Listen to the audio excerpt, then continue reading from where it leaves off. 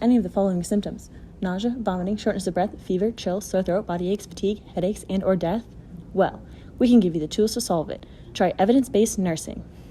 So what is evidence-based nursing, you might ask?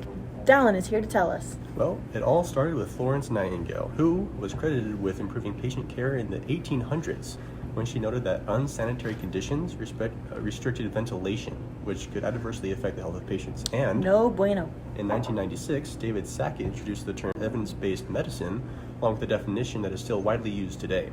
As other healthcare professions began adopting Sackett's concept for patient care, it was renamed evidence-based practice. What homies?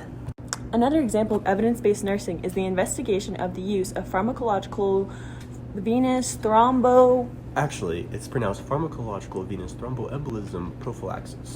For patients who underwent a craniotomy and were recovering in the neuro ICU.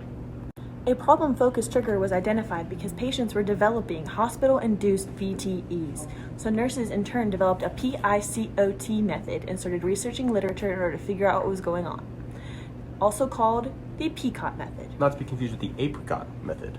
The PICOT method stands for problem, intervention, comparison, outcome, and timing. Because of this, they started monitoring the pharmacological prophylaxis application and VTE rate. A protocol was then implemented which brought the pharmacological prophylaxis rate from 20% all the way up to almost 90%. The use of the PICOT method has helped many patients' lives and overall been a great reminder how to correctly use evidence-based nursing in a nursing setting to improve the medical field one step at a time. Evidence-based nursing is a great way for new technological or medical advances to happen. Nurses should always be aware and be looking for things that they can solve. There's always a problem to be solved, and we need to be ready to have the materials and knowledge in order to fix it. That's why the PICOT method is so effective and why we all need to be aware of it and keep it in the back of our minds always.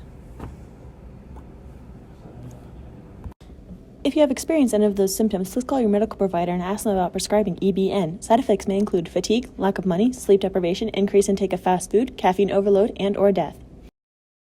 Should we say, like, here's our bloopers? Oh. Exactly, here's our bloopers. Here's our bloopers. Action.